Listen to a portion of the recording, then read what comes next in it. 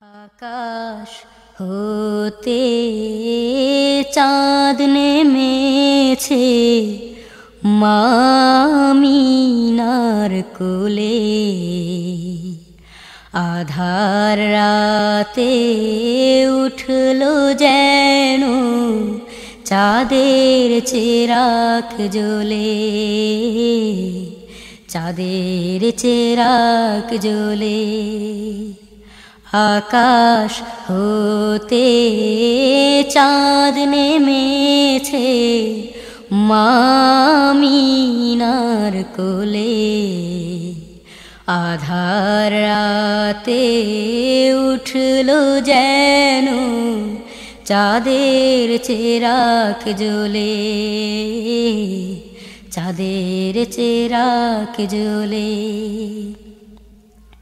গুলশানে আজ বুলবুলিরা গাইছে শিরিন কালাম, তামাম জাহান নবীর তরে জানাই লাখো সালাম, জানাই লাখো সালাম। গুলশানে আজ বুলবুলিরা গাইছে শিরিন কালাম, তামাম জাহান নবীর তরে জানাই লাখো সালাম, জানাই লাখো সালাম। আকাশ হতে চাঁদ নেমেছে মামিনার কোলে, আধার রাতে উঠলো যেন চাঁদের চেরাগ জ্বলে, চাঁদের চেরাগ জ্বলে। হাসিন হোশার দিক রাঙিয়ে বিরান বাগের ফুল ফুটিয়ে, জীবন খেয়া ঝিলমিলিয়ে মন ভরিয়ে তোলে, মন। आमीन अल्लाहुम्मा आमीन। अगर जानिबे माशूक नबाशुद का शाशे तौलबे आशिक बेचारा नरा सद बजाए। ओ माबूद एक फूटा पानी दिया ही बोनी आदम के बनाया, এই দুনিয়াতে কয়েকদিন ঘুরাইয়া ফিরাইয়া আবার এই অন্ধকার কবরে নিয়ে যাইবেন। এই দুনিয়াতে আর কাহাকেও থাকতে দিবেন না। ভাই বলি বন্ধুরে বলি কেউ তো আপন না। ভাবিয়া চিন্তা করিয়া দেখিলাম মাওলা ওই অন্ধকার কবরে আপনি ছাড়া কেহ আপন হবে না। রব্বানা আতিনা ফিদ দুনিয়া হাসানাতাও ওয়া ফিল আখিরাতি হাসানাত ওয়া কিনা আযাবান নার। رب ارحمهما كما ربياني صغيرا سبحان ربك رب العزة عما يصفون وسلام على المرسلين والحمد لله رب العالمين. وعليكم السلام ورحمة الله.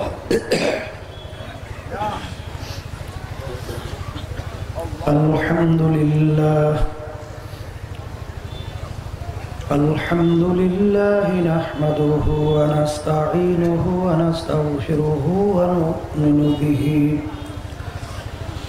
ونؤمن به ونتوكل عليه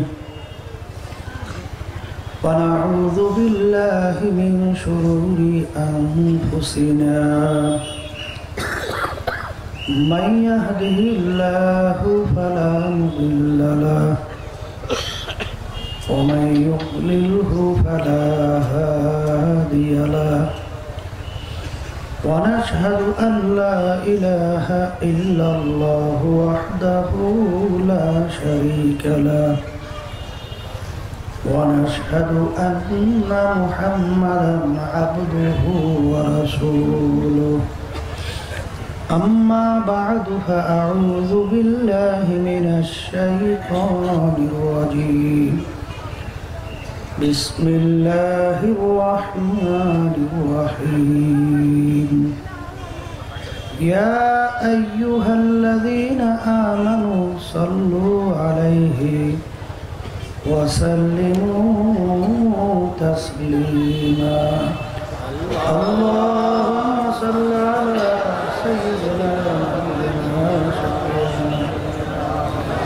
وحبيبنا مولانا محمد صلى الله عليه وعلى آله وأصحابه وبارك وسلم اللهم صل على سيدنا شفيعنا وحبيبنا مولانا محمد ذلك الكتاب لا ريب فيه هدى للمتقين الذين يؤمنون بالغيب صدق الله العلي العظيم শুকরিয়া আদায় করতেছি মহান রব্বুল আলামিনের দরবারে। রব্বুল আলামিন আপনাকে আমাকে দুনিয়ার সমস্ত কাজ থেকে বিরত রেখে ওলামায়ে কেরামদের মজলিস, বিশেষ করে জাকিরিন শাকিরিন বান্দাদের মজলিস ফিতনা ফাসাদের যুগ, দিনী মাহফিলে আসার বসার আলোচনা করার শোনার যে তৌফিক দান করলেন, শুকরিয়া তান সবাই বলে আলহামদুলিল্লাহ। গত বছর মাহফিল হয়েছিল আপনাদের এলাকায়, আবার এক বছর পরে কম বেশি সময় মাহফিল হইতেছে। এই সময়ের ভিতরে তালাশ করলে দেখবেন গত মাহফিলে এলাকার ভিতরে বা আশপাশের অনেকেই ছিল, তারা আজকে আর দুনিয়াতে নাই। এমন একদিন আসবে, আল্লাহ কবুল করলে হয়তো বা মাহফিল চলবে, আপনি আর আমি থাকবো না। আর দুনিয়ার নিয়ম এইভাবেই, মানুষ আসে যায়। আর এমন একটা ব্যাপার, একবার যদি কেউ দুনিয়া থেকে বিদায় নিয়ে চলে যায় আর কোনো দিন আসে না। আর দুনিয়া মাজরাতুল আখিরা, এই দুনিয়াটা হইল যে জিন্দেগির কথা বলছিলাম, সহিলা গেলে আসা যায় না, আখিরাতের জিন্দেগি, যার শুরু আছে শেষ নাই। ওই জিন্দেগির সম্বল সম্পদ এই দুনিয়ায় থাকা অবস্থায় কামাই করার পরে রওনা করতে হবে। আজকে দুনিয়ায় থাকা অবস্থায় একবার আল্লাহকে আল্লাহ বলে ডাকবো, আমল নামার ভিতরে নেকি জমা হবে। আর দুনিয়া থেকে বিদায় নিয়ে কবরে যাওয়ার পরে শত বছরবার আল্লাহকে ডাকবেন, একবারও আর ডাকের সাড়া মিলবে না, আমল নামে কোনো নেকিও জমা হবে না। আমার আব্বাজান রহমাতুল্লাহি আলাইহি চরমরাইয়ের জমিনে শুয়ে আছে। আব্বাজান বলতেন, দুনিয়ার যে কোনো কাজের ভিতরে 5 বারও যদি কেউ ঠগেই, আবার ওই কাজের ভিতরে চেষ্টা করলে জিতবার আশা করা যায়। কিন্তু আখেরাতের ব্যাপারে একবার যদি কেউ ঠগে, দ্বিতীয়বার আর জিতবার আশা নাই। দুনিয়ার মামলায় ম্যাজিস্ট্রেট কোর্টে একবার যদি কেউ ঠইয়া যায়, জজ কোর্টের ভিতরে আপিল কইরা জিতবার আশা করা যায়। জজ কোর্টে কেউ ঠগলে হাইকোর্ট, হাইকোর্টের ভিতরে জিতবার আশা আছে আপিলের পরে। হাইকোর্টে ঠগলে সুপ্রিম কোর্ট সিঙ্গেল বেঞ্চ, সেখানে যদি কেউ ঠগে সুপ্রিম কোর্ট ফুল বেঞ্চ, সেখানে ঠকলে প্রেসিডেন্ট কোর্ট, সেখানে ঠকলে আন্তর্জাতিক কোর্ট, ধাপ ভাই ধাপ অনেক আপিলের জায়গা আছে। কিন্তু ফেক কবরের যাত্রীরা আপনার আমার সামনে আখেরাতের 5টা মামলা দাঁড় হয়ে আছে। মৌতের মামলা, কবর, মিজান, পুলসেরাত, কিয়ামতের ময়দানের মামলা। এই মামলায় যদি খোদা না খাসে একবার কেউ ঠকে, আপিলের আর সুযোগ নাই। এই জন্য আমার বাজানদেরকে বলবো, পর্দার আড়ালে মা বোনরা যারা আছেন তাদেরকেও বলবো,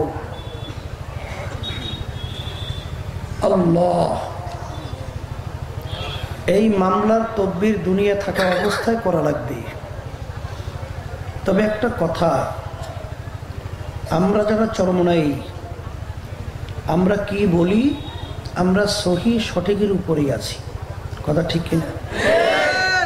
যারা নাকি ফুরফুরা শরীফ, তারা কি বলে, আমরা সঠিকের উপরেই আছি। যারা মাইজবান্ডার, তারা কি বলে, আমরা সঠিকের উপরে আছি। যারা আটরশি, চন্দ্রপাড়া, দেওয়ানবাগ, রাজারবাগ, তারা কি বলে, আমরা সঠিকের উপরেই আছি। যারা আওয়ামী লীগ করে তারাও তো বলে আমরা সঠিকই আছি। যারা বিএনপি করে তারাও বলে আমরা সঠিকের উপরেই আছি। সঠিকের বাহিরে কেউই নাই। কিন্তু একটা কথা মনে রাখা লাগবে, আল্লাহর নবী বলে গেছেন, আমার আগের নবীর উম্মতের ভিতরে দল ছিল ৭২টা। কয়টা? বনি ইসরায়েলের ভিতরে কয়টা দল ছিল? ৭২টা। আল্লাহ নবী বলছিলেন, আমার উম্মতের মধ্যে দল কিন্তু হবে ৭৩টা। এখানে কিন্তু একটা চিন্তার বিষয়। নবী বলছেন আমার উম্মতে ৭৩ দল। এখানে কিন্তু হিন্দু, খ্রিস্টান, অন্যান্য ধর্ম অবলম্বী, এরা কিন্তু এই ৭৩ দলভুক্ত না।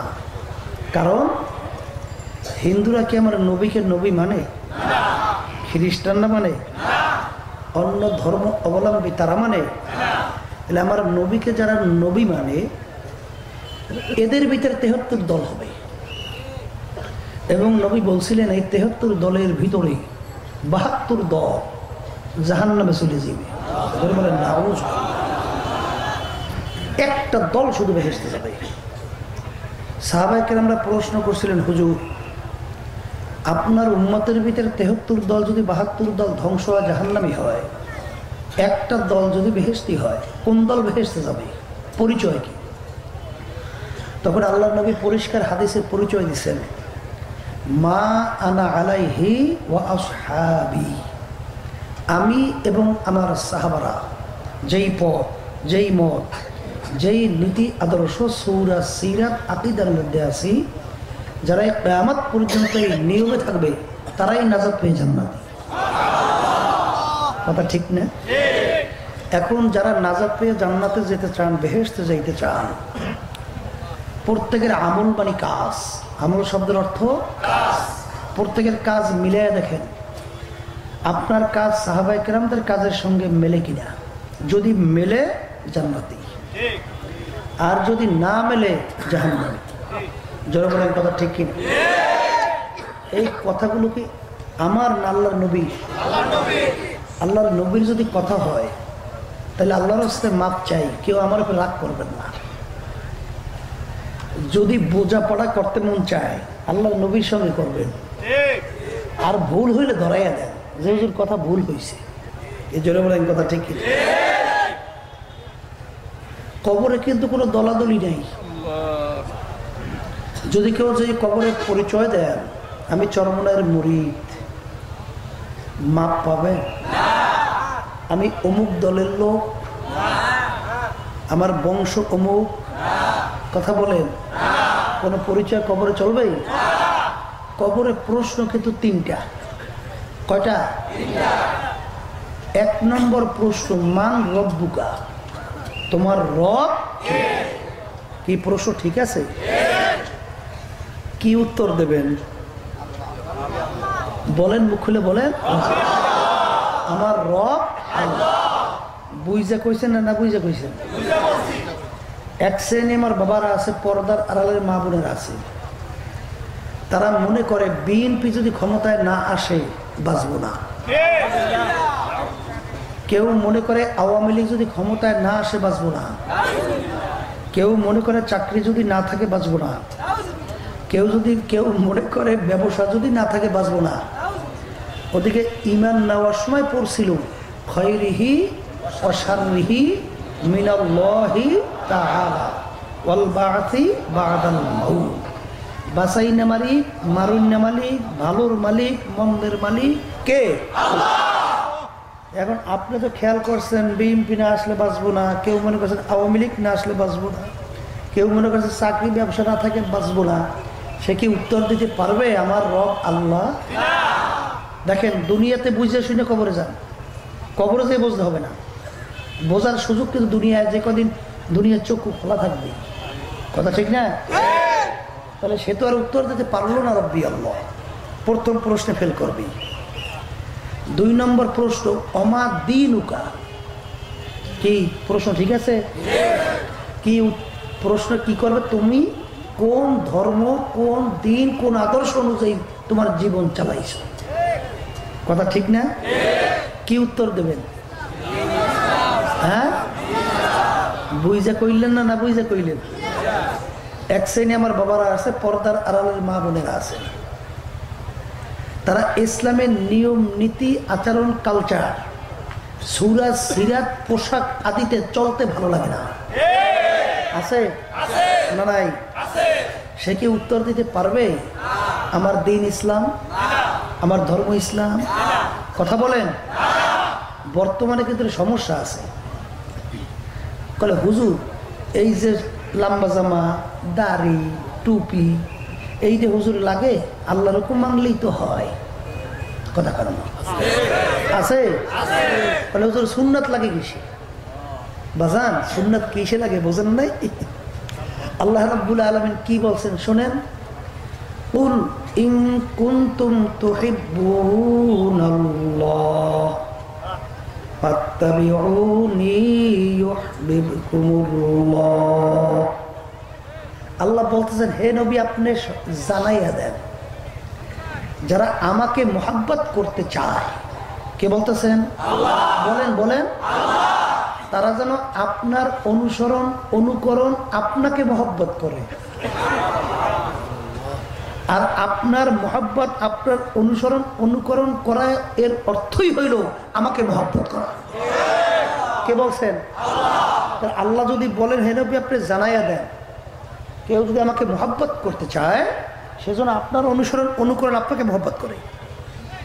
তাহলে নবীর মোহাব্বত এবং নবীর এই অনুকরণ অনুসরণ অর্থই হলো আল্লাহকে মোহাব্বত করা। আর আল্লাহর নবীর মোহাব্বতের পরিচয় কি? আল্লাহর নবী বলতেছেন শুনে, মান আহাব্বা সুন্নতি ফাকাদ আহাব্বানি, যে নাকি আমার সুন্নাতকে মোহাব্বত করবো সে আমি নবীকেই মোহাব্বত করবো। কি হাদিস ঠিক আছে না ভুল বলছি? আচ্ছা, তাহলে যে নবীর সুন্নাতকে মোহাব্বত করে সে নবীকেই মোহাব্বত, আর নবীকে মোহাব্বত করলে কি হবে? আল্লাহর নবী বলতেছেন কানা মাইয়া ফিল জান্নাহ, সে আমার সাথী হইয়া বেহেশতে যাবে। কি সুন্নাত লাগবে? কথা কইয়েন। আচ্ছা, পোশাক আদির কোনো মূল্য নাই? সুন্নতির পোশাকের মূল্য নাই? আল্লাহ কি বলছেন শুনেন, লিবাসুত তাকওয়া যালিকা খায়র। আল্লাহ বলতেছেন পরহেজগারি লেবাস তোমাদের জন্য উত্তম। কে বলছেন? আল্লাহ। তাহলে কি এই পরহেজগারি লেবাস লাগবে না লাগবে না? এই পোশাক হইল নবীদের পোশাক, সাহাবায়ে কেরামদের পোশাক, আল্লাহ ওয়ালাদের পোশাক, দিনদারদের পোশাক। কি কথা ঠিক? বাজান ভালো করে বুঝেন। সুন্নাত লাগে কিসে দেখেন তো? সুন্নাত হলো ফরজের বেড়া। কিসের বেড়া? মুখ খুলে বলেন বলেন। তা কেমন? আপনি ফসল লাগাইছেন, কি ফসলের চতুর্পাশে অনেকে বেড়া দেয় না? কেন দেয়? পশু যেন ফসল নষ্ট করতে, তা সুন্নাত ফরজের বেড়া। তা কেমন?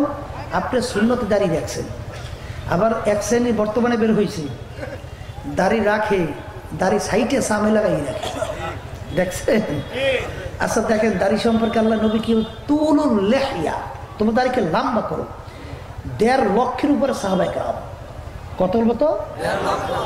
একজন সাহাবী বের করতে পারবেন না এক মুষ্টির উপরে দাড়ি ছাড়ছে বা কামাইছে, একজনও নাই। আছে? তা যদি না থাকে, দাড়িকে আল্লাহ নবী কি বলছেন? লম্বা করার জন্য। আপনি সুন্নতে দাড়ি রাখছেন, টুপি মাথায় রাখছেন, লম্বা জামা গায়ে দিয়েছেন, আলহামদুলিল্লাহ পাগড়িও বাঁধছেন, কি এখন সুন্নতি পোশাক হইল না?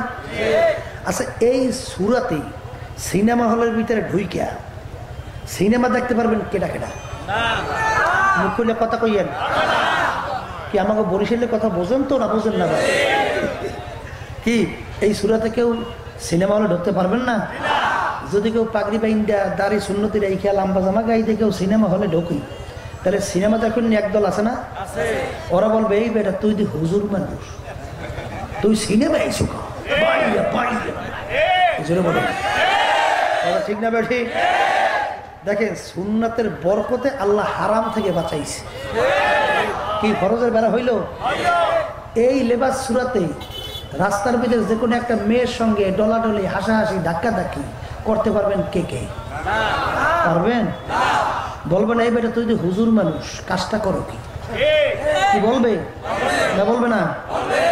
এখন মনে করছেন যে হুজুর মনে হয় সব ফেরেশতা হয়ে গেছে, এগো মেয়েদের সঙ্গে আড্ডা মারতে তো আসলে মন চায় না, সব ফেরেশতা না? কথা বল না।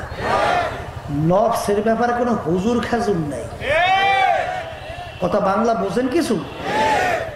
নফসের ব্যাপারে কোনো হুজুর, নফস কিন্তু সবার মধ্যে আছে। ইমামুল আযম আবু হানিফা রাহমাতুল্লাহি আলাইহি নাম শুনছেন? তার ইতিহাস পড়লে দেখবেন 40 বছর পর্যন্ত এশার ওযু দিয়া ফজরের নামাজ আদায় করছে। এর অর্থ কি? ওযু যায় নাই তাই, অর্থাৎ 40 বছর পর্যন্ত পেট লাগাইয়ে ঘুমায় নাই। ইতিহাস পড়লে দেখবেন রমজান মাসে এক মাসের ভিতরে 61 বারের মতো কোরআন কারীম খতম করতেন। দুনিয়া থাকাকালীন সময় 99 বারের মতো আল্লাহর সঙ্গে স্বপ্নের সাক্ষাৎ হয়েছে। আল্লাহর ভয় তার ভিতরে কি পরিমাণ ছিল ইতিহাস পড়লে দেখবেন। একদিন রাস্তা দিয়ে যাইতেছে, পানির কলসি ভরা মাথায়। একজন বলতেছে হুজুর একটু কথা আছে। বলো বাবা। বলে হুজুর একটু সময় লাগবে, বসেন। হুজুর বসছে, কিন্তু কলসি ভরা পানি মাথায়। বলে হুজুর কষ্ট হয় না? নিচে রাখেন। হুজুর মাথা থেকে নামাই হাঁটুতে রাখছে। বলে হুজুর নিচে রাখলে হয় কি, কষ্ট হয় না? বলে বাবা আমি যেই জমিনের উপরে আমি বসছি এই জমিনের মালিক আমি আবু হানিফা না। বলে হুজুর তাতে কি হয়েছে?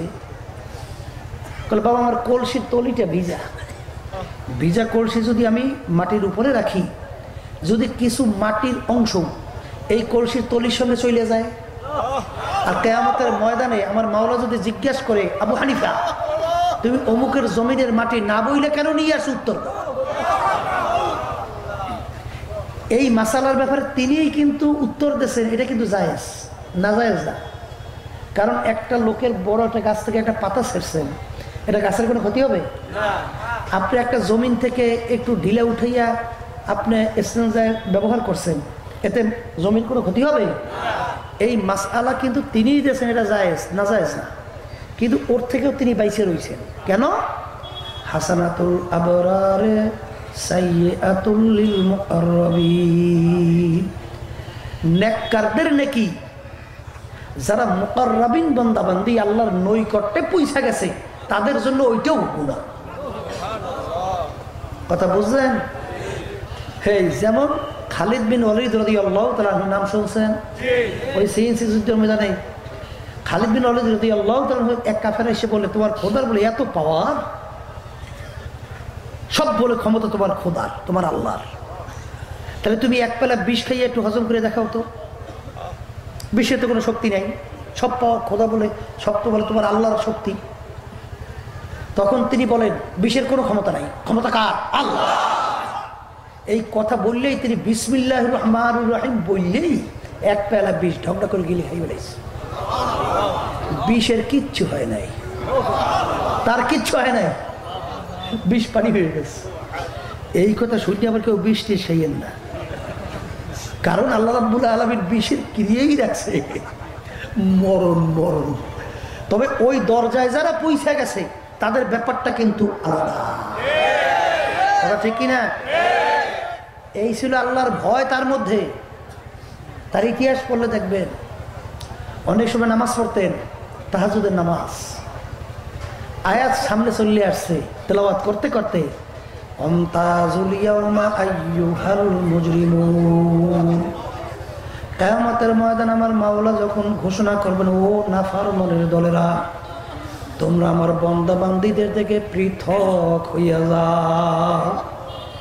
আবু হানিফা রাহমাতুল্লাহ আলাইহি চিন্তা করলেন যে কিয়ামতের ময়দান আল্লাহ যখন ঘোষণা করবেন বান্দা বান্দীর থেকে পৃথক হও, তখন আমি আবু হানিফা যদি নাফরমানের কাতারে পড়িয়ে যাই, তখন আমার কি উপায় হবে?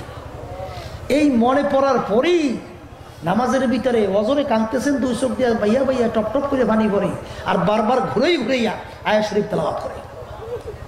সারা রাত্র কাইটা গেল, রুকু সেজদা করার সুযোগ হয় না। এই ছিল তাদের ভিতরে আল্লাহর ভয়। আমার বাজানদারকে বলবো, তিনি বলতেছেন যে আমি আবু হানিফা, আমার নফসকে আমি বিশ্বাস করি না। নফস এমন ভয়ানক জিনিস, যদি 80 বছর একটা বুড়ি যদি একা আমার ঘরে রাখা হয়, আমি আবু হানিফা আমার নফসকে আমি বিশ্বাস করি না। এই হলো নফসের অবস্থা। তাহলে মুজাহাদার মাধ্যমে নফস দমন থাকে, দুর্বল থাকে, নফস কখনোই মরে না। যারা বলেন কথা ঠিক না ঠিক? তাহলে সুন্নাতের বরকত আল্লাহ রাব্বুল আলামিন এই হারাম থেকে বাঁচাইয়া রাখে। কি সুন্নাত দরকার আছে? সবাই মুখ খুললে তো কর না, আছে না? নাই আছে না? এই জন্য আমার বাজানদেরকে বলো, সুন্নাত লাগে এই জন্য আল্লাহর বান্দারা, বোঝেন না? তাহলে সুন্নাত দরকার আছে, হারাম থেকে বাঁচার জন্য সুন্নাত জরুরি। আর একটা কথা মনে রাখেন, যার ভিতরে সুন্নাত নাই, একটু পরীক্ষা করে দেখবেন তার ভিতরে ফরজও নাই। যত বলুক আসলে ফরজ নাই। যার ভিতরে সুন্নাত নাই, কি নাই? এই আর একটা কথা বলে দেখেন, ওহি কিন্তু দুই প্রকার। কয় প্রকার? ওহিয়ে মাতলু আর গায়রে মাতলু। ওহিয়ে মাতলু কাকে বলে? কোরআনুল কারীম হলো ওহি মাতলু, অর্থাৎ যেইটা তেলাওয়াত করার পরেই প্রত্যেক অক্ষরে অক্ষরে সব নির্ধারিত, এইটা হলো ওহিয়ে মাতলু। আর যেইটা তেলাওয়াত করলে সব হবে, অক্ষরে অক্ষরে সব নির্ধারিত নাই, ওইটা হলো গায়রে মাতলু। এই জন্য কোরআনুল কারীম হলো ওহি মাতলু, আর হাদিস হইল ওহিয়ে গায়রে মাতলু। দুটোটাই কিন্তু ওহি। মা ইয়ানতিকু আনিল হাওয়া ইন হুয়া ইল্লা ওয়াহয়ুন ইউহা। আল্লাহর নবী কোনো কথা বলতেন না যতক্ষণ পর্যন্ত আল্লাহর পক্ষ থেকে তার কাছে ওহি না আসতো। কি জোরে বলেন, কথা ঠিক কিনা? এই জন্য আমার বাজানদেরকে হলো, পর্দা আলে মা বোনদেরকে বলবো, সুন্নাত লাগবে না লাগবে না? তা দল বলছিলাম মোট কয়টা হবে? এর ভিতরে জাহান্নামী কয় দল? বেহেশতি। তাহলে যারা নাকি নিয়ম অনুযায়ী, ইসলামের নিয়ম অনুযায়ী যারা জীবনকে পরিচালনা করেন না, সুরাজ সিরাত, কামাইতে খরচে, পারিবারিক জীবনে, সামাজিক জীবনে, রাষ্ট্রীয় জীবনে, রাজনৈতিক জীবনে, আন্তর্জাতিক জীবনে, তারা কিন্তু বাজান পুরোপুরি সাহাবা ক্রামদের নমুনায় জীবনকে গঠন করতে পারেন না। কি কথা ঠিক কিনা? এখন আসেন আমরা আলোচনা করি, কথা ঠিক। এক শ্রেণীর বর্তমানে বের হয়েছে মুসলমান সন্তান, তারা কিন্তু শোনার পরে বলে, হুজুররা তো বলবি, হয়তো বা সন্দেহ থাকতে পারে যে আসলে কিছু হয় না, না হয়। এই আনন্দময় জীবনটা নগদ জাপাও, হাত পেতে নাও, বাকির খাতায় শূন্য থাক, লাভ কি শুনে দূরের বাধ্য, মাঝখানে যে বেজায় ভাব। নাস্তিক কেউ বলছিল, জোরে বলেন নাউজুবিল্লাহ। ও বলতে চাই দুনিয়াটা নগদ আনন্দময়। এই আনন্দময় দুনিয়ায় তুমি চিত্ত বিনোদনের ভিতরে লিপ্ত থাকো, আর ওই যে দূরের বাধ্য আখিরাত, অনেক কিছু এইটা একটা দূরের বাধ্য, মাঝখানে বেজায় ফাঁক, অর্থাৎ এরকম কিছু হবে না। জোরে বলেন না। এই এক শ্রেণীর আছে। আর এক শ্রেণীর হয়তো বা থাকতে পারে, হুজুর কথা সব আপনার ঠিক আছে, কিন্তু হুজুর এখন বয়সটা একটু কম, তো একটু বুড়ো হয়ে লই, এইবার হুজুর এমনভাবে তওবা করবো, হুজুর আর গুনার কাছেও যাব না, এই আশায় রয়েছে। এক শ্রেণী আছে না? নাই? আছে না? এই জন্য আমার বাজানদেরকে বলবো, আমি কোরআনুল কারীমের শুরুর আয়াত তেলাওয়াত করছি, যারা মানুষ তারা বুঝবে, সেই অনুযায়ী আমল করবে। আর যারা মানুষের সুরাতে আবু জাহাল মার্ক হয়ে গেছে, উতবা সাহেব আবুল আহাব মার্ক হয়ে গেছে, এরা কিন্তু বুঝবেও না, আমলও করবে না। কথা ঠিক না? দুনিয়ার ভিতরে লক্ষ লক্ষ কিতাব, বই, পুস্তক আছে না নাই? কোনো কিতাব, কোনো বইয়ের শুরুতে কোনো লেখক কি লিখতে পারছে আমার কিতাবে বইতে ভুল নাই? বরঞ্চ লেখে, ভুল হলে জানাবেন, পরবর্তী সংস্করণে সংশোধন করবো। একটাই কিতাব দুনিয়ার ভিতরে যার শুরুতে লেখা আছে লা রাইবা ফি, ভুল সন্দেহ নাই। সবাই জোরে বলেন সুবহানাল্লাহ। সেই কিতাবটার নাম হলো কুরআনুল কারীম। একটা কিতাব যার শুরুতে লেখা আছে কোনো ভুল নাই, 1450 বছর হয়ে গেছে, এত ইসলামের শত্রু দুনিয়া থেকে গেল, কেউ ভুল বের করতে পারছে? এখন বর্তমানে শত্রু নাই ইসলামের, তারা ভুল বের করতে পারছে? বহুত বৈজ্ঞানিক দার্শনিক দুনিয়া থেকে গেল, তারা ভুল বের করতে পারছে? তাইলে আমার বাজানদেরকে বলবো, আপনি আর কি শিক্ষিত হয়েছেন? একটা উদাহরণ দিই, বেশি না। আমাদের পাশের রাষ্ট্র ভারত, দুনিয়াতে মানুষ কয়েকটা জিনিস বেশি বেশি চায়। একটা হলে খুব সম্মানিত হতে চায়, মানুষের একটা চাহিদা আছে না, যে আমাকে সবাই সম্মান করুক, কি আছে না নাই? আর একটা কি চায়? খুব বড় শিক্ষিত হইতে চায়। আর একটা কি চায়? খুব সম্পদের মালিক হইতে চায়। কি এরকম চাহিদা আছে না নাই? ভারতের, আমাদের পাশের রাষ্ট্র ভারত, শিব শক্তি মহারাজ শিক্ষার দিক থেকে 8 থেকে 9টা ভাষায় ছিল ডক্টরের ডিগ্রি। এখানে হাজার হাজার মানুষের একজনও তো ডক্টর নাই, কি যেরকম আছে, কিন্তু তিনি 8 থেকে 9টা ভাষায় ডক্টরের ডিগ্রি। এই ছিল তার শিক্ষার যোগ্যতা। তাম দুনিয়ার ভিতরে বড় বড় শিক্ষিতের ভিতরে 1 নম্বর সিরিয়ালের কাতারের ভিতরে তিনি একজন।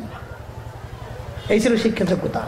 সম্মানের দিক থেকে ভারতের প্রায় 50 কোটি কম বেশি হিন্দু তাকে ধর্মীয় ভগবান মানত এবং তাকে নমস্কার দিত।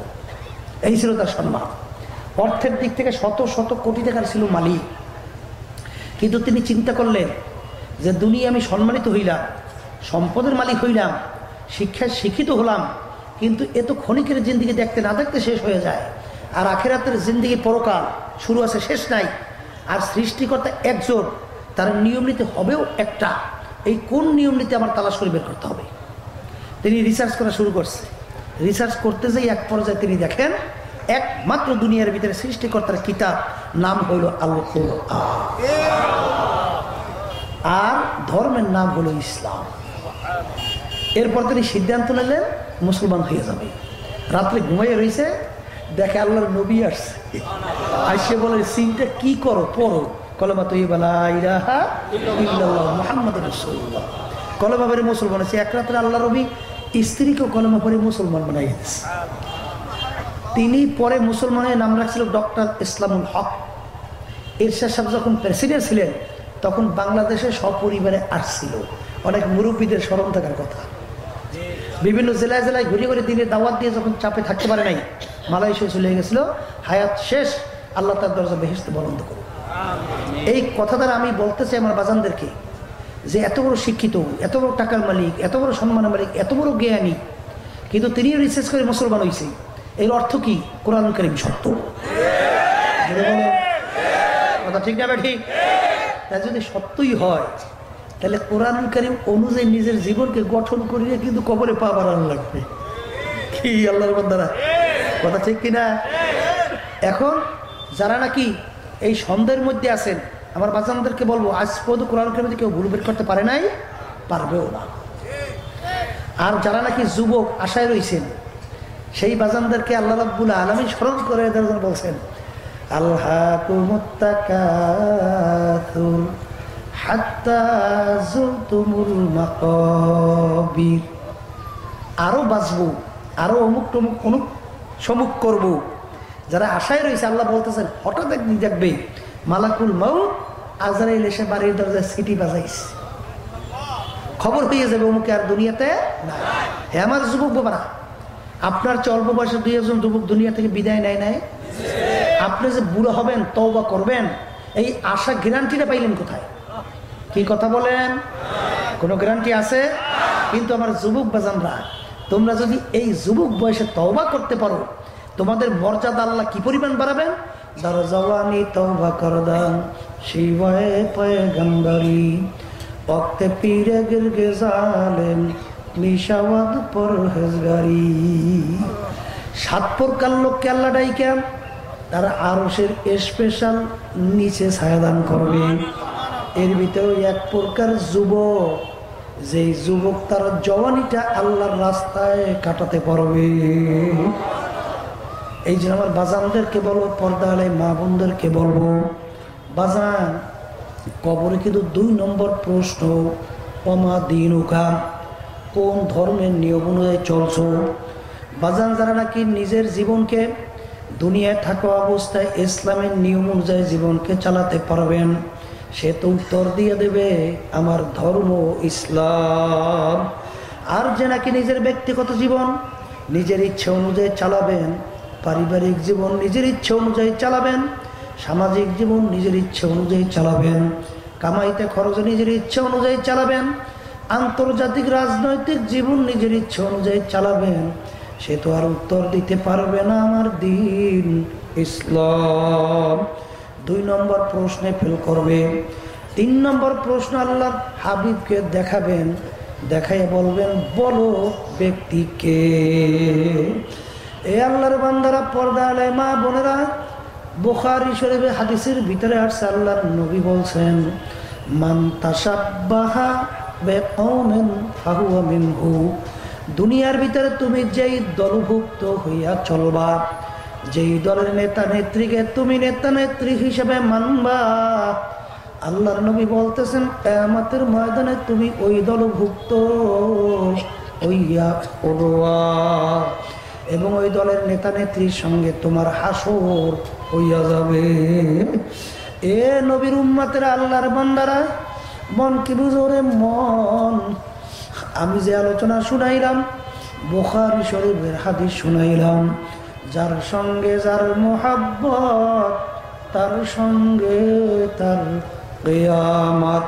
মুখস্থ করেন, যার সঙ্গে যার মোহাব্বত তার সঙ্গে তার কিয়ামত। ব্যক্তিগত জীবন চালাইলাম লন্ডনের নিয়ম অনুযায়ী, আল্লাহু আকবার, আমেরিকার নিয়ম অনুযায়ী, অন্যান্য বিজাতিদের স্টাইলে নিজের ব্যক্তিগত জীবন চালাইলা। বাজান ভালো করে মনকে বুঝাও, আল্লাহর নবীকে মোহাব্বত করো দাবিদার, ওদিকে আল্লাহর হাবিবের মোহাব্বতে লাফাইয়া দাঁড়াইয়া যাও, লাভ দিয়া চিত্রে পইরা যাও। আল্লাহর নবী মোহাব্বতে বুক থাপড়াও, কিন্তু আল্লাহর নবীর দর্শন, আল্লাহর নবীর আদর্শ, আল্লাহর দিন আল্লাহর জমিনে বাস্তবায়নের জন্য তোমার ওই নীতি আদর্শ ভালো লাগে না। এ দুনিয়ার পাগল আমার বাবারা, মোহাব্বতের দাবি কি? বন্ধু যেই রঙের জামাটা বানায়, বন্ধুর ওই রঙের জামাটা বানাতেও ভালো লাগে। কথা ঠিক না বেঠি? কিসের নবীর মোহাব্বতের দাবিদার? ওই মজনুর গল্প আপনারা শোনেন। বাজান একদিন মজনুক নিয়ে বৈঠকে বসা, হঠাৎ মজনু বৈঠক থেকে লাফ দিয়ে উঠে একটা কুকুরের পায়ে যাইয়া চুমা দিল। লোকেরা বলে আসলেই তো একটা পাগল, একটা কুকুরের পায়ে কেন চুমা দিল? জিজ্ঞাসা করো, রে পাগল রে, তুমি কেন কুকুরের পায়ে চুমা দিলা? তখন বলে আমি কুকুরের পায়ে চুমা দেই নাই, যেই রাস্তা দিয়ে আমার লায়লা হাঁটে ওই রাস্তা দিয়েই কুকুরটাও হাঁটে। ওই লায়লার পার ধুলি আমার এই কুকুরের পায়ে লাইগা রইছে। আমি লায়লার, আল্লাহু আকবার, আমি কুকুরের পায়ে চুমা দেই নাই, আমি কিন্তু লায়লার পায়ের ধুলির উপরে চুমা রাখছি। বাজান, এর নাম হলো মুহাব্বত। তোমার একটা দিকে আল্লাহর নবীকে মুহাব্বত করো, আর একটা ব্যাপারে যদি নবীকে মুহাব্বত করতে না পারো, এইটা কিন্তু মুহাব্বতের পরিচয় না। বলেন কথা ঠিক না? বাবা বাজান সেই ব্যক্তি কিন্তু বলতে আল্লাহর নবীকে দেখা চিনতে পারবে না, বলবে ব্যক্তিকে আমি চিনি না। 3 নম্বর প্রশ্নে ফেল করলো। এখন শোনো আল্লাহর নবী কি বলছেন, কবরে কি নিয়ে যাবা। আল্লাহর নবী বলতেছেন, ও আমার উম্মতেরা শোনো, আল কবরু রাউযাতুম মিন রিয়াজিল জান্নাহ আও হুফরাতুম মিন হুফারিন নার। ও আমার উম্মতেরা, এই যে কবর দেখো, এই কবর কিন্তু আসল কবর না।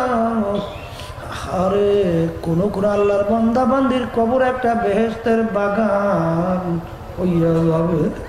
আল্লাহ আপনি আমার জন্য, আমাদের সবার জন্য কবুল করিয়ে নিয়েন। আল্লাহ নবী বলছেন, ও আমার উম্মতেরা, কোন কোন নাফরমানের কবরের ভিতরে জাহান্নামের আগুন এসে ভরিয়া যাবে। আল্লাহ আপনি আমাকে আমাদের সবাইকে মাফ করিয়া দিয়ে। আল্লাহ নবী বলছেন, ও আমার উম্মতেরা শোনো, আল্লাহ আবার কোন কোন নাফরমানের কবরের মধ্যে 99 তিননিনান লাউ নুফিখা ফিল আরদি মা আনবাতাত খাদরা। কোন কোন নাফরমানের কবরের ভিতরে 99টা বিষাক্ত সাপ জমা হইয়া যাবে। আল্লাহু আল্লাহ, ওই সাপ কিয়ামত পর্যন্ত নাফরমানকে উল্টাইয়া পুল্টাইয়া ঠোকরাইতে থাকবে। ওই সাপ এমন বিষাক্ত হবে, এমন বিষধর সাপ হবে। আল্লাহর নবী বলেন, ওই সাপ যদি দুনিয়ার দিকে মুখ করিয়া ফুট দিত, এই জমিনের ভিতরে কোনো গাছপালা তরুলতা মাথা জাগাতে পারত না। অনেকে মনে মনে বলতে পারেন, হুজুর এত বিষ কিভাবে হয়? বাজান, বর্তমান আধুনিক যুগে বোঝানো বড় সহজ রে বাজান। বর্তমানে অ্যাটম বোম তৈরি হয়ে গেছে। একটা অ্যাটম বোমের আকৃতি ছোট্ট গোলাকার একটা ডিমের মতো। ওই অ্যাটম বোমটা যদি কোনো এলাকায় ছাইরা দেয়, ওর ক্রিয়ায় তামাম এলাকার সমস্ত গাছপালা মানুষ সব মইরা সাফ হইয়া যায়। অতটুক অ্যাটম বোমের মধ্যে যদি এত পাওয়ার থাকতে পারে, আর ওই অ্যাটম বোম তৈরি করছে আমার মাওলার দেওয়া খনিজ দ্রব্য থেকে, ম্যাটেরিয়াস। জোরে বলেন কথা ঠিক না বেঠি? এই মাওলাই সাপের মধ্যে এত বিষ কেন রাখতে পারবে না? জোরে কম পারবে, জোরে কম পারবে। এখন আমার বাজানদেরকে বলবো, পর্দা আলে মা বোনদেরকে বলবো, বাজান আল্লাহু আকবার, আল্লাহু আকবার, আল্লাহু আকবার। আমি প্রথমে আলোচনায় শুনাইছিলাম, বর্তমানে বাংলাদেশের ভিতরে বাবারে বিভিন্ন মুখী মানুষ কিন্তু হয়ে আছে। সবাই মনে করে আমরা সঠিকের উপরেই আছি, কিন্তু বাজান মনকে বোঝানো লাগবে, রে মন, আল্লাহর নবীর মা আতাকুমুর রাসূলু ফাখুযুহু ওমা নাহাকুম আনহু ফান্তাহু। আল্লাহর নবী যা কিছু নিয়ে আসছেন আঁকড়াইয়া ধরা লাগবে, যার থেকে নিষেধ করছেন পুরোপুরি তার থেকে ফিরে থাকা লাগবে। মনকে পুরোপুরি তৈরি করিয়া কবরে রওনা করা লাগবে। আল্লাহর নবীর মৌলিক 4টা কাজ ছিল, জগলের কয়টা? এই 4টা কাজ একত্রে প্রতিটা মুসলমানের ভিতরে থাকতে হবে। আমি অনেক সময় বলি, ছাত্র যদি 10 সাবজেক্টে পরীক্ষা দেয়, 9 সাবজেক্টে যদি 99 নম্বর পায়, এক সাবজেক্টে যদি ফেল করে, ছাত্র পাস না ফেল? বাজার 9 সাবজেক্টে 99 নাম্বার পাওয়ার পরেও এক সাবজেক্টে ফেল করার পরে ছাত্র কিন্তু ফেল করলো। আর প্রত্যেক সাবজেক্টে যদি গড়ে 33 করে নম্বর পায়, ছাত্র পাস না ফেল? তাহলে ব্যাপারটা কিন্তু হুবাহু এই এক সাবজেক্টের উপরে ডক্টরেট নিলেই হবে না রে বাজান, প্রত্যেক সাবজেক্টে পাস করা লাগবে। আল্লাহর হাবিবের মৌলিক 4 কাজ মুখস্থ রাইখো, সেই অনুযায়ী চইল। 1 নম্বর কাজ হলো দাওয়াত, 2 নম্বরে তালিম, 3 নম্বরে তাজকিয়া নাফস, 4 নম্বরে জিহাদ। বলেন, 1 নম্বরে দাওয়াত, 2 নম্বরে তালিম, 3 নম্বরে তাজকিয়া নাফস, 4 নম্বরে জিহাদ। বাদান, আপনি যদি দাওয়াত না দেন, মানুষ দিনের পক্ষে কিভাবে আসবে, দিন কিভাবে বুঝবে? দিনের পক্ষে আসার পরে কিভাবে নামাজ পড়বে, কিভাবে রোজা রাখবে, কোনটা হারাম কোনটা হালাল, কোনটা মাকরুহ তাহরিমা, কোনটা মাকরুহ তানজিহ, কোনটা ফরজ কোনটা ওয়াজিব, কোনটা সুন্নাতে মুআক্কাদা। বাজান এই ক্ষেত্রে আমার আব্বাজান বলতেন, যেই আমল ফরজ তার ইলম শিক্ষা করাও ফরজ, যেই আমল ওয়াজিব তার ইলম শিক্ষা করাও ওয়াজিব, যেই আমল সুন্নাত তার ইলম শিক্ষা করাও সুন্নাত। এই ক্ষেত্রে আমার আব্বাজান বলতেন, চরমুনাইয়ের কোনো মুজাহিদ মূর্খ থাকতে পারবে না। চরমুনাইয়ের প্রত্যেকটা মুরিদকে আলেম হওয়া লাগবে। অনেকে বলতে পারেন, হুজুর আমি এই বুড়ো বয়সে দাওরা হাদিস কিভাবে পাশ করব, হুজুর আমি কামেল কিভাবে পাশ করব। বাজান দাওরা হাদিস কামেল পাশ করার নামই শুধু আলেম না, আমল করার জন্য যতটুকু ইলম দরকার অতটুকু ইলম শিক্ষা করার নামই হইল আলেম। জোরে বলেন কথা ঠিক না ঠিক? আবার বাজানদেরকে বলবো, নামাজের ভিতরে কেরাত সহিভাবে তেলাওয়াত করা ফরজ ওয়াজিব না সুন্নাত? হ্যাঁ, ভালো করে বোঝা লাগবে। নামাজের ভিতরে সহিভাবে তেলাওয়াত এইটা কিন্তু ফরজ। অনেক মুসলমান বুড়া হয়ে গেছে, দেখা যায় এখনো নামাজের ভিতরে কেরাত সহি হয় না। ওদিকে দুনিয়ার ব্যাপারে খুব পটু, ব্যবসার ব্যাপারে খুব দক্ষ। বাজান কোরআনুল কারীমের ভিতরে ছোট ছোট সূরা আছে না নাই? জোরে কোন আছে?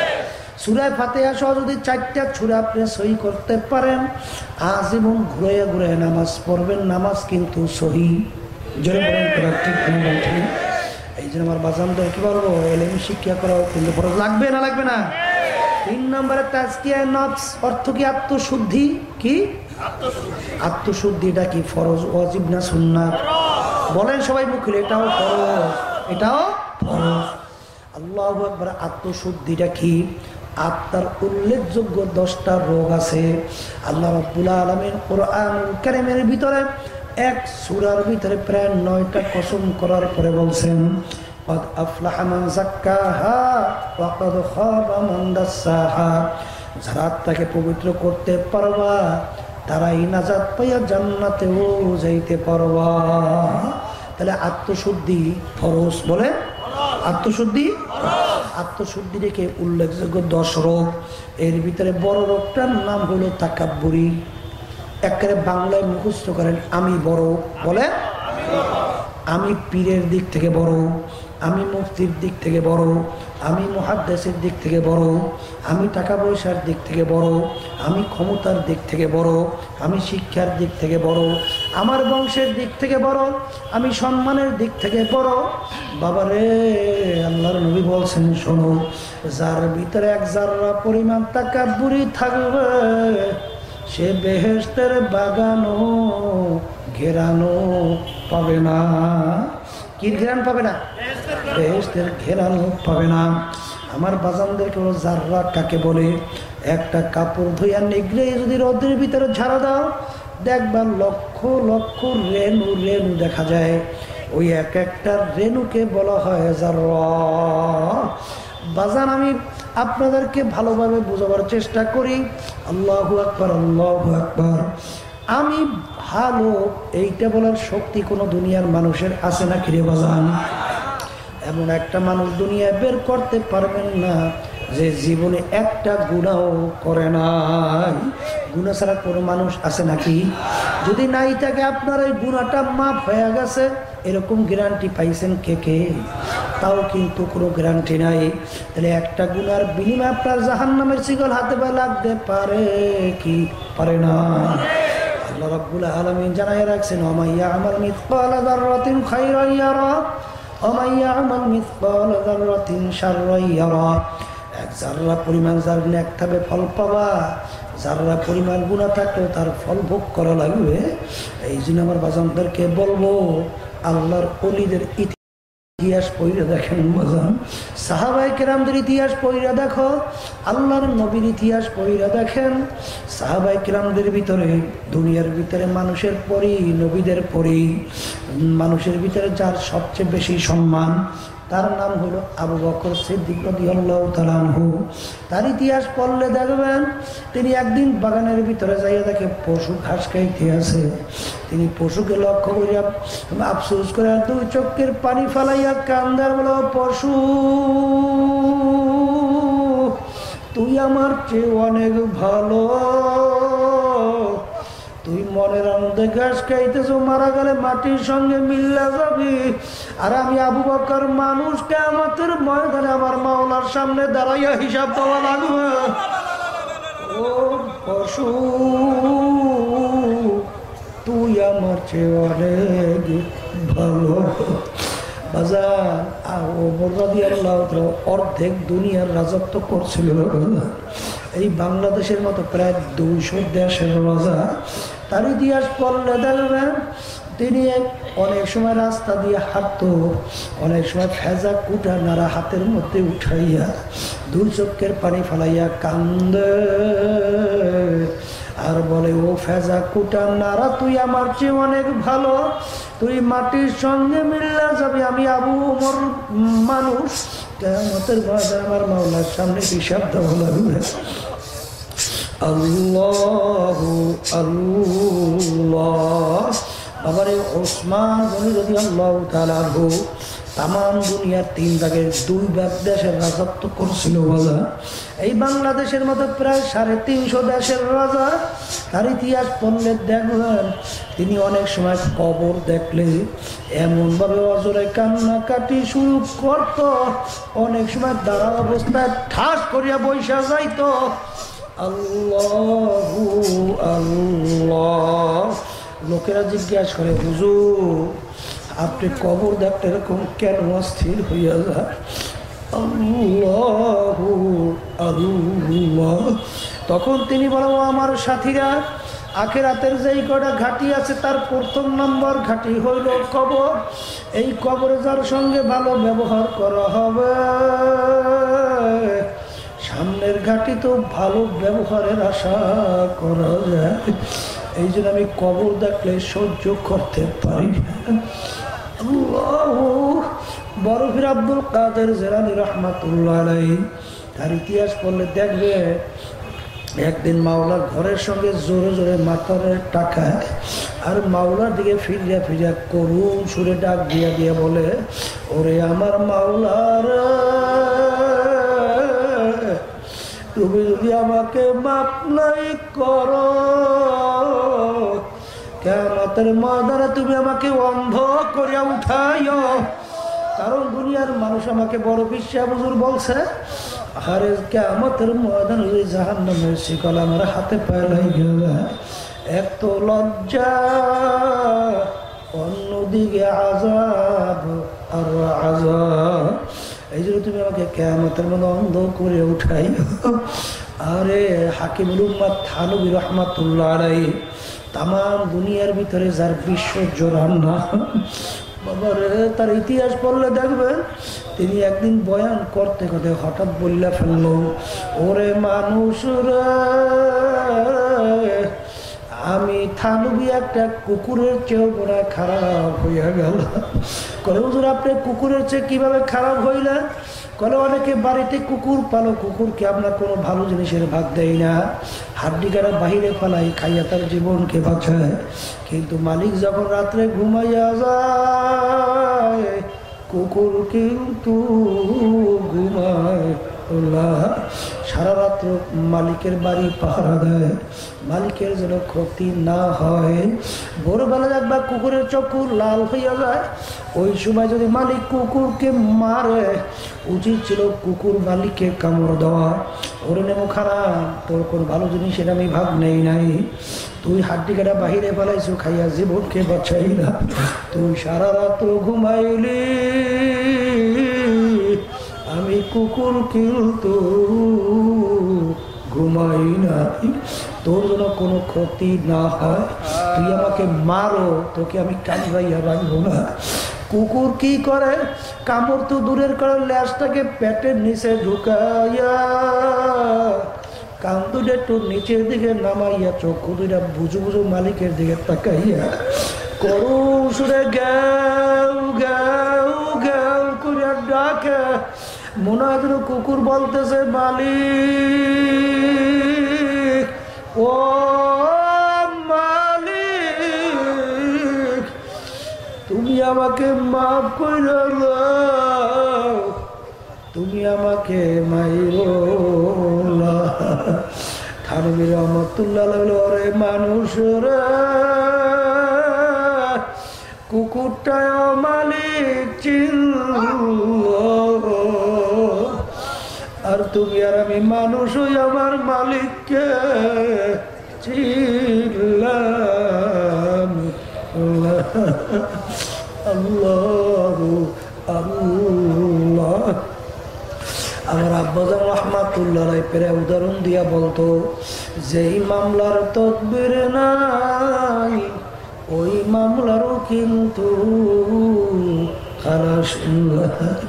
দুনিয়ার মামলা যদি তদবির না করো, মামলায় খালাসের আশা করা যায় না। আখিরাতের 5 মামলা, ও কবরের যাত্রীরা, ওই মামলার তদবির দুনিয়া থাকা অবস্থায় করার পরে রওনা করা লাগবে। আজকে টাকা চেনলা, ক্ষমতা চেনলা, সম্মান চেনলা, আরে আজকে দল চিনলা, দলের নেতা নেত্রী চিনলা, কিন্তু তোমার মৌত কোন অবস্থায় হবে একটু কি মাঝে মধ্যে চিন্তা করছো নি? তোমার মৌতের সময় তোমার জবান থেকে কি বের হবে? যদি কারো জবান থেকে মৌতের সময় বের হয় কালেমা ফাদাখালাল জান্নাহ, সে বেহেশতের ভিতরে ঢুইকা যাবে। কুল্লু ইনাইয়াতারাশা বিমা ফিহা, যেই ভান্ডের ভিতরে যা থাকবে কাজ করলে কিন্তু তাই বলবে। দুনিয়ার ভিতরে থাকা অবস্থায় তেলের ভিতরে কি বসাইছ, মৌতের সময় জবান থেকে কি বের হবে এই চিন্তা কিন্তু দুনিয়ায় থাকা অবস্থায় মৌতের বিছানায় শোয়া লাগবে। কোনো দলাদলি, টাকার গরম, ক্ষমতার গরম, সম্মানের গরম, দলের নেতা নেত্রীর গরম কবরে কিন্তু চলবে না। আজকে দল চেয়েছে, দলের নেতা নেত্রী চেনছো, শোনো আমার মালিক কি শুনাইয়া রাখছেন। ইয়াউমা নাদউ কুল্লা উনাসিন বিইমামিহিম, কিয়ামতের ময়দানে আমার মাওলা প্রত্যেকটা মানুষকে তার দলের নেতা নেত্রীর সঙ্গে ডাকবে। ডাইকে বলবে, তোর দলের নেতা নেত্রী যেদিকে যায় তাদের পিছনে পিছনে তোরা সেই দিকে চইলা যা। এই কথা কিন্তু আমি বলি নাই, কোনো পীর মুফতি মুহাদ্দিস বলে নাই, স্বয়ং আল্লাহ রাব্বুল আলামিন বলছে। আমি শুনে রাখলাম, বলো তুমি দুনিয়ায় থাকা অবস্থায় কোন দলভুক্ত হইয়া চলছো, নেতা নেত্রী কাকে মানছ? তুমি নামাজি হইতে পারো, পীর হইতে পারো, মুফতি হইতে পারো, তোমার কপালে দাগ পড়তে পারে, 10 বার হজ করে হাজি হইতে পারো। যদি আজকে দুনিয়ায় থাকা অবস্থায় আল্লাহর হাবিবের দলভুক্ত হইয়া চলতে না পারো, আল্লাহর নবীকে যদি নেতা মানতে না পারো, কিয়ামতের ময়দানে আল্লাহর হাবিবের দলভুক্ত হয়ে উঠতে পারবো না। আল্লাহর নবীর সঙ্গে হাসরও হবে না, আর তুমি কিন্তু বেহেশতেও যেতে পারবা না।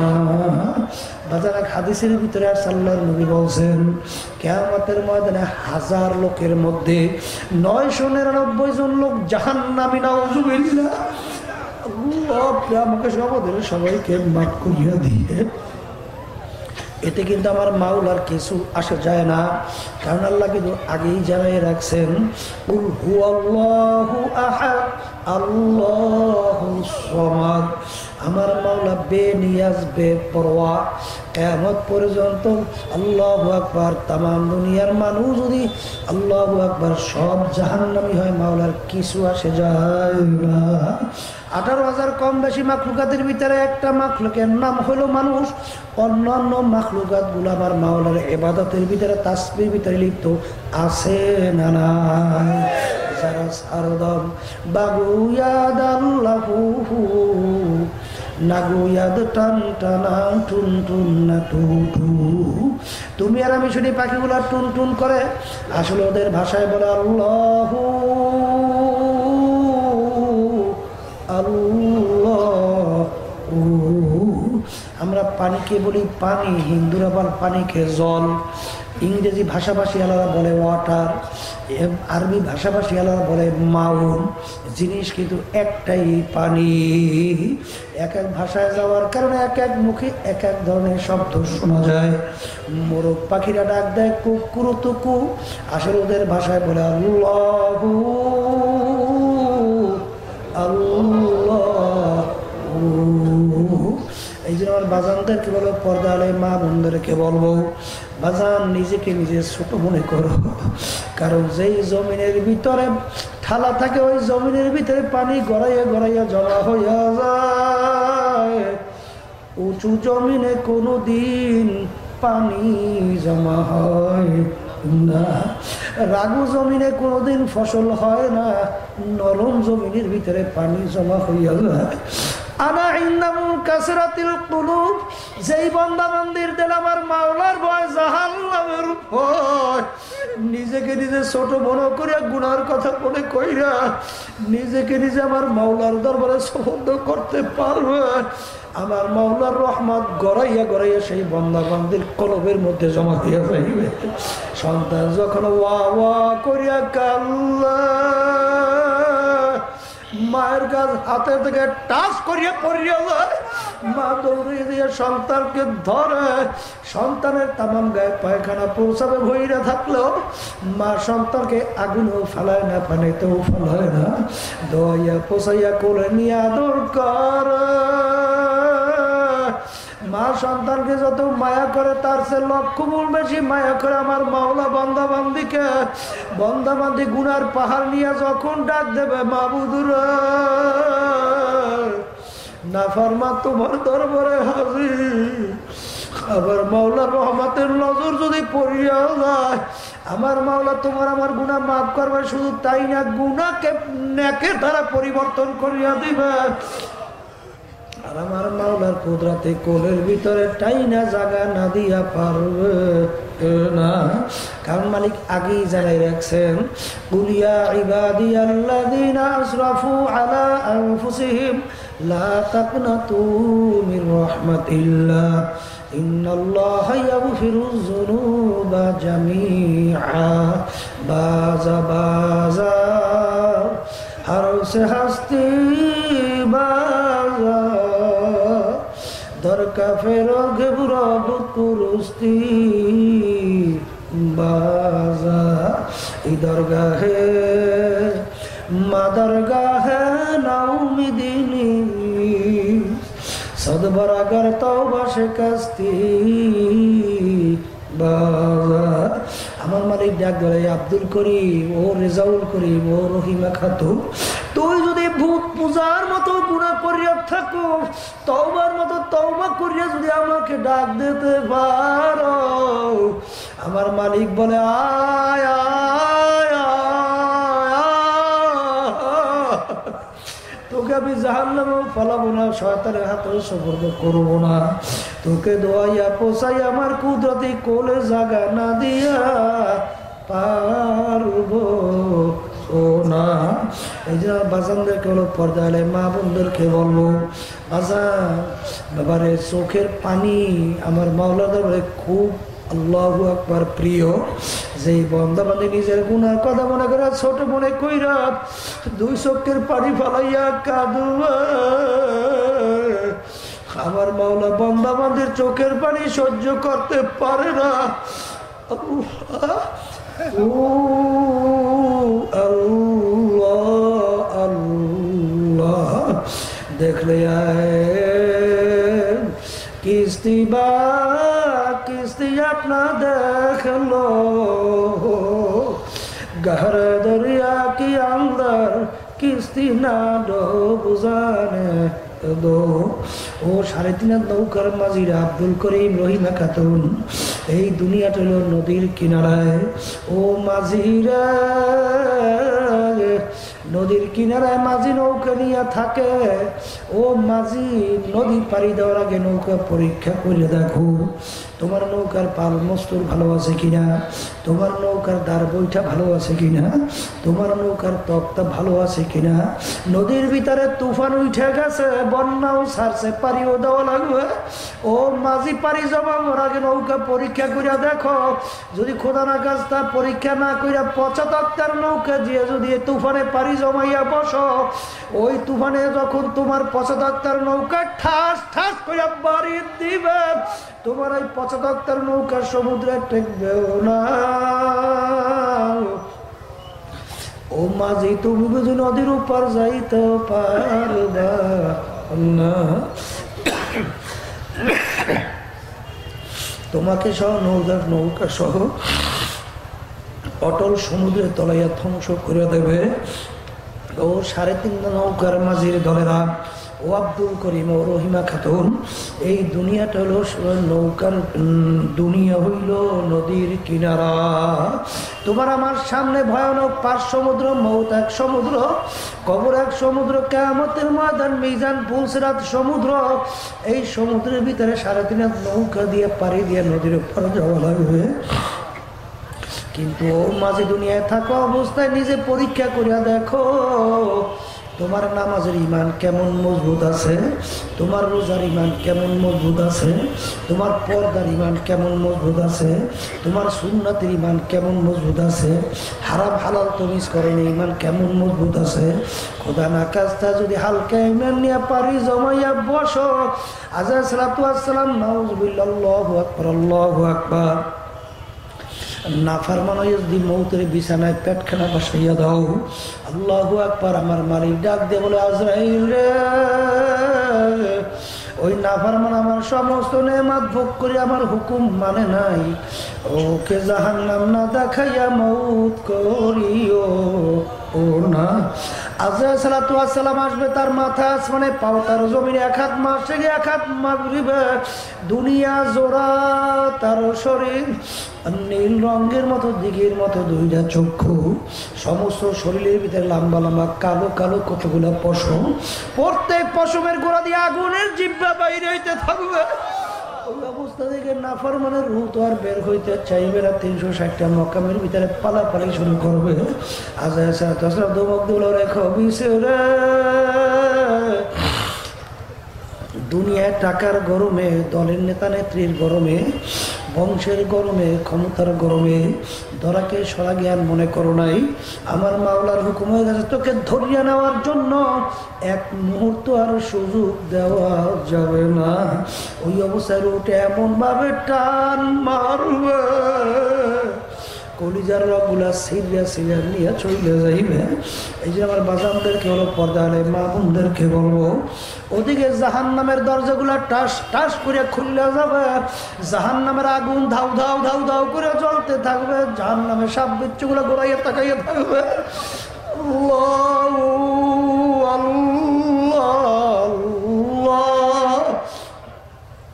আপনি আমাকে সবাইদেরকে আপনি আমাদেরকে মাফ করিয়া দিয়ে, আল্লাহু আল্লাহ। ওই জাহান্নামের ভিতরে আমার মাওলায় ফালাইয়া তোমাদেরকে ওই নাফরমানদেরকে জ্বালাইবে। আল্লাহু কুল্লামা নাফিজাত জুলুদুহুম বাদদালনাহুম জুলুদান গায়রাহা। খারেজ আগুনের ভিতরে, জাহান্নামের আগুনের ভিতরে নাফরমান পড়তে পড়তে পড়তে পড়তে চামড়া পুইরা শরীর থেকে ঝালাস করে পড়িয়া যাবে, আবার নতুন চামড়া হইয়া যাইবে, আবার পড়তে পড়তে চামড়া পইরা যাবে, আবার নতুন চামড়া হিসাবে। নাফরমান জাহান্নামের আগুনের ভিতরে জ্বলতে জ্বলতে এমন ভাবে পেটের ক্ষুধা লাগবে, বলবে আমাদেরকে একটু খাবার দাও।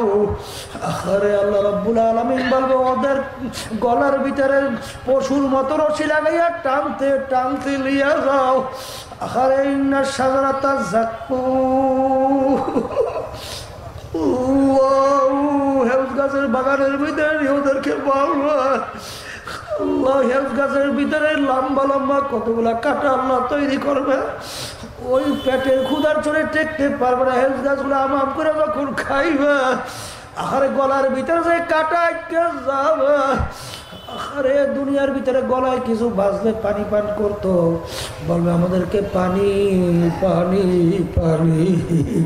ওই জাহান্নামের নাফরমানদের আরে পুজ রক্ত গইলা যে পানি, আল্লাহু আকবার, বিষাক্ত পয়জন জমা হইয়া যাইবে। ওগুলো এমন ভাবে গরম করে তাদের সামনে ধরা হবে, আখারে চেহারার সামনে নেওয়ার সঙ্গে সঙ্গে চেহারার গোস্তগুলো ঝলক করিয়া বাতির ভিতরে পড়িয়া যাইবে, জীবনটা বের হইয়া যায় পানির পিপাসায়। ওই পানি যখন পান করবে পেটের ভিতরে যাইয়া এমন ভাবে নারী মুড়ে পচাইয়া গলাইয়া পায়খানা রাস্তায় জুপ জুপ জুপ জুপ করিয়া পড়িয়া যাবে। আল্লাহ আপনি আমাদের কিছু আমাদের সবাইকে মাফ করিয়া দিয়ে। আল্লাহু আল্লাহ। এই জন্য আমার বাজানদেরকে বলো পর্দা আলে মা বন্ধু সব কোরআনুল কারীম আয়াত কিন্তু শোনাইলাম, মানবা কিনা জানি না রে বাজান। কোন দলের পিছনে পড়ছো, কার মহব্বতে পড়ছো? আরে যাদের মহব্বতে পড়ছো একটু মাঝে মধ্যে একটু মোরা খাওয়া করো। আরে যাদের জন্য হারামকে হারাম বলো নাই, ঘুষকে ঘুষ বলো নাই, সুদকে সুদ বলো নাই, সুন্দর বিল্ডিং তৈরি করছো, সম্পদ তৈরি করলা, কাদের জন্য? এত টাকা রাখবা কোথায়? কাপড়ে পকেট না। ও আমার বাজানেরা, একটু মাঝে মধ্যে একটু মোরা খাওয়া করো। যেদিন তোমার আমার ভিতর থেকে রুহুটা বের হয়ে যাবে, এখন তাকাইয়ে দেখো কেমন দেখা যায়। বড় লোককেও কাপড় তিনটা দিয়া প্যাঁচ দিয়া ফালাইয়া রাখবে, রাস্তার ফকির কেউ কিন্তু কাপড় তিনটা দিয়া প্যাঁচ দেবে। আরে বড় মেয়াকে কিন্তু কাপড় 5টা দেওয়া যাবে না, ছোট মেয়াকে কিন্তু কাপড় 2টা দেওয়া যাবে না। মাথার মধ্যে একটা বান দিবে, মাজার মধ্যে একটা বাল, পায়ের মধ্যে একটা বান দিয়া প্যাকেট করিয়া ফেলাইয়া রাখবে। এখন মনের বুঝরে মন কোন আনন্দে পড়ছো? মাথার বান্দে বুঝা গেল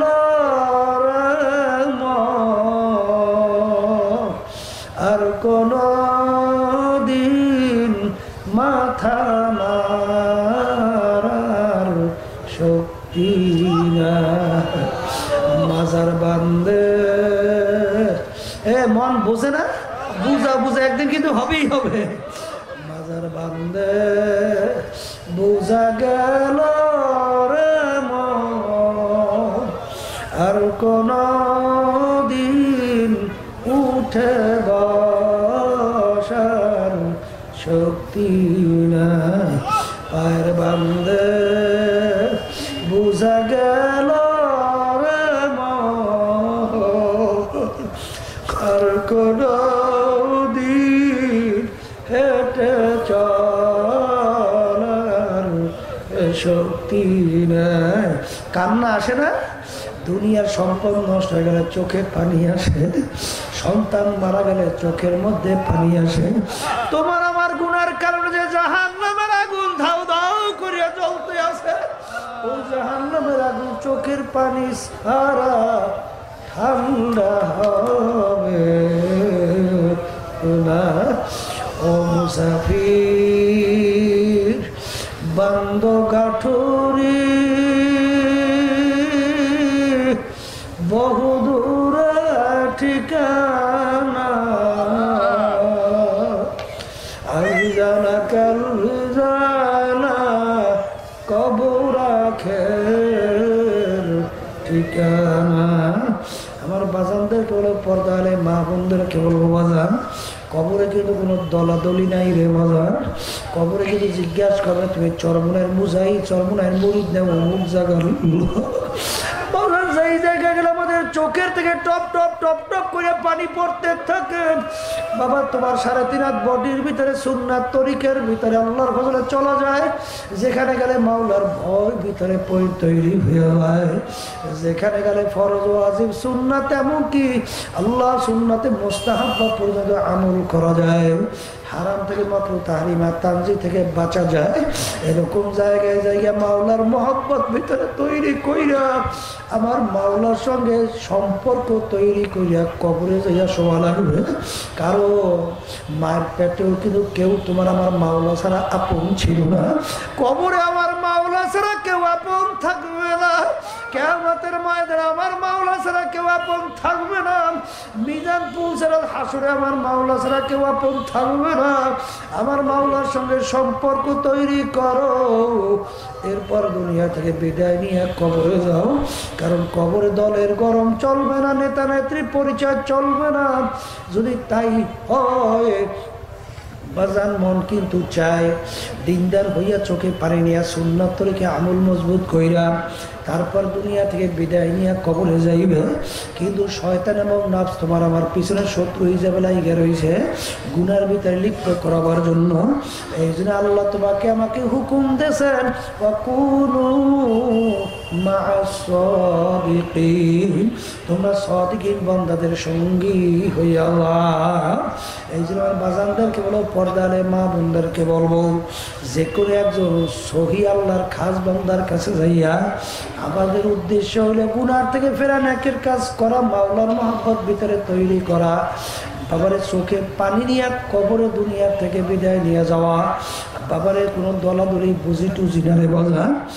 আরে এক ডাক্তারের চিকিৎসায় যদি তোমার পরিবর্তন না আসে, অন্য ডাক্তারের কাছে যাইয়া চিকিৎসার পরামর্শ নেব লাগবে। সর্বনয় তরিকায় যদি ভালো না লাগে, যে কোনো এক তরিকায় সহি তরিকায় যাইয়া, সঠিক তরিকায় যাইয়া পরামর্শ নিয়ে এরপর কবরে যাইয়া সৌবাজান। কবরে কিন্তু কোনো দলাদলি চলবে না। এই জন্য আমার বাজানদেরকে বলবো, আমার কেউ রাগ করবেন না বাজান। আমরা এত কেন চিল্লাই, আপনাদের পাও কেন ধরি? ছোট 2-2.5 বছরের বাচ্চা একা পানির ঘাটলায় যাইয়া পেয়ালা নিয়ে পানি পাইয়া খেলা করে, খটখট খটখট করিয়া হাসে। ঘাটলায় কোনো লোক নাই। বুঝদার যখন ঘাটলার পাশ থেকে রওনা করবে, যদি একটা ছোট বাচ্চা একা পানির ঘাটলায় দেখে, জিহ্বা কামড় দিয়া যাইয়া বাচ্চাকে ধরে, বাচ্চা পানির খেলার মজা ছুটে যায়, আসতে চায় না, তাকে লাথি মারে, তাকে কামড় দেয়, জোরে চিল্লায়, তাকে কামড় দেয়, পানির পাশ থেকে যাইতে চায় না। বুঝদার ডাক দিয়ে বলে, বাচ্চা রে, তুমি তো বোঝো নাই পানির খেলার মজা পাইছো, খেলতে খেলতে খোদা না কাছে টুকরাই যদি পানির মধ্যে পইরা যাও, আর তো বাজান বুঝি কোনোদিন আর উঠবা না।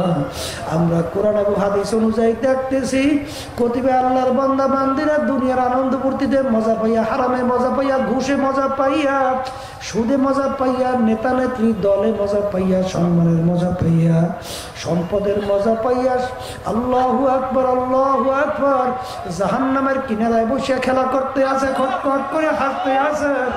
ওদিকে পিছনে সালাম হাত পাইতে দাঁড়াইয়া আছে। যখন আমার মালিক বলবে আজরাইল ধর, ওই অবস্থা যদি থাবা দিয়া বসে, বাজার বুঝি আর কোনদিন আর উঠবা না। ও মুসাফির বান্দ গাঠুরি, বহুদূরে ঠিকানা, আজ বিজানা কাল বিজানা, কবর আখের ঠিকানা।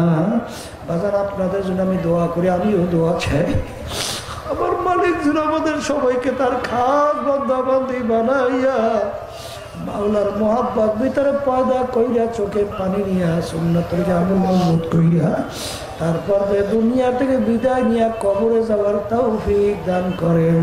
আল্লাহুম্মা আমিন। এ ঘরের মেয়ে লোকেরা হাত উঠা, গুনার কথা মনে করো, 2 চোখের পানি ফালাও, মাওলার দরবারে কান্দ আর মাপ চাও। যদি কান্না না আসে, মনকে বুঝাও করে মন।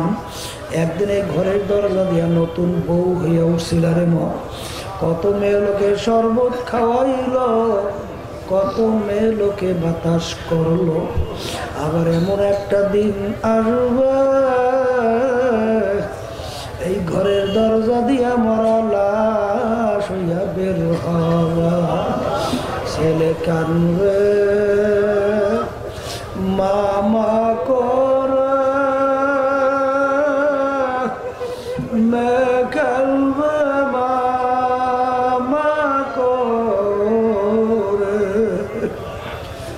জবাব তো আর দিবানা। মাবুদ গো, আপনি একটা মাঠের দিকে চাইয়ে দেখেন আপনার বন্ধারা কিভাবে কান্দে।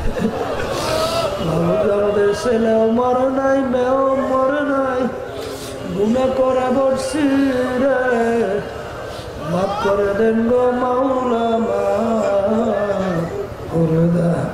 এ আল্লাহর বান্দারা জোর করে কাঁদতে পারেন না? এ কান্না আসে না? ঘরে সন্তান মারা গেলে চোখে পানি আসে, সন্তান নষ্ট হয়ে গেলে চোখের মধ্যে পানি আসে। তোমার আমার গুনার কারণে জাহান্নামের আগুন জ্বলছে, ওই জাহান্নামের আগুন চোখের পানি সারা ঠান্ডা হবে না। মাবুদ গো, যাদের উসিলায় মাহফিল হইল, যারা মাহফিলের জন্য চেষ্টা খাটনি সাহায্য করলো, আমরা যারা মাহফিলে উপস্থিত হয়ে গেলাম, আমাদের সবাই উপরে আপনি খাস মেহেরবানি নাজেল করেন আল্লাহ। আল্লাহ মাহফিলকে আপনি হেদায়েতের জরিয়া বানাইয়া দিন। আল্লাহ আমাদের পাশেই মাদ্রাসাকে আপনি কবুল করে নিয়ে দিনের মার্কাজ হিসাবে কবুল করে নিয়ে আল্লাহ যারা মাদ্রাসা জমি দান করলো, সহযোগিতা করতেছেন, সবাইকে আপনি দুনিয়া বা আখিরাতে সম্মানিত করিয়ে না। আমরা রাত তুললাম, জানি না কার আম্মা, কার আব্বা, কার আত্মীয় স্বজন আর অন্ধকার করে শুয়ে আমাদের দিকে চাইয়ে রাখছে। আমরা দোয়া করলাম, দয়া করে আপনি তাদের কবরকে বেহেশতের বাগান বানিয়ে দেন। আল্লাহ, আপনি বিশেষ করে আপনার এলাকার আমার বাবাদেরকে, মা বোনদেরকে আপনি কবুল করে নিন। আল্লাহ আমাদের সবাইকে শহীদিনের বুঝদান করেন, তামাম দুনিয়া ইসলাম মুসলমানদেরকে হেফাজত করেন, বাংলাদেশে বিদেশে ইসলাম মুসলমানদেরকে হেফাজত করেন। আল্লাহ বিশেষ করে আমাদের অনেক ভাই, বিশেষ করে আমার এই ভাইয়ের সন্তান মারা গেছে, আল্লাহ কবরকে বেহেশতের বাগান বানাইয়া দিয়ে তামাম দুনিয়ার সমস্ত মুমিন মুমিনাতের দরজা বেহেশতে বন্ধ করে দিয়ে, বিশেষ করে রোহিঙ্গা সহ তামাম দুনিয়ার মুসলমানদেরকে আল্লাহ তারা জুলুম করতে যদি নসিব হয়ে যাতে ওদেরকে আপনি ধ্বংস করে দেন। আল্লাহ আপনাদেরকে ধ্বংস করে দেন, ধ্বংস করে দেন মুসলমানদেরকে।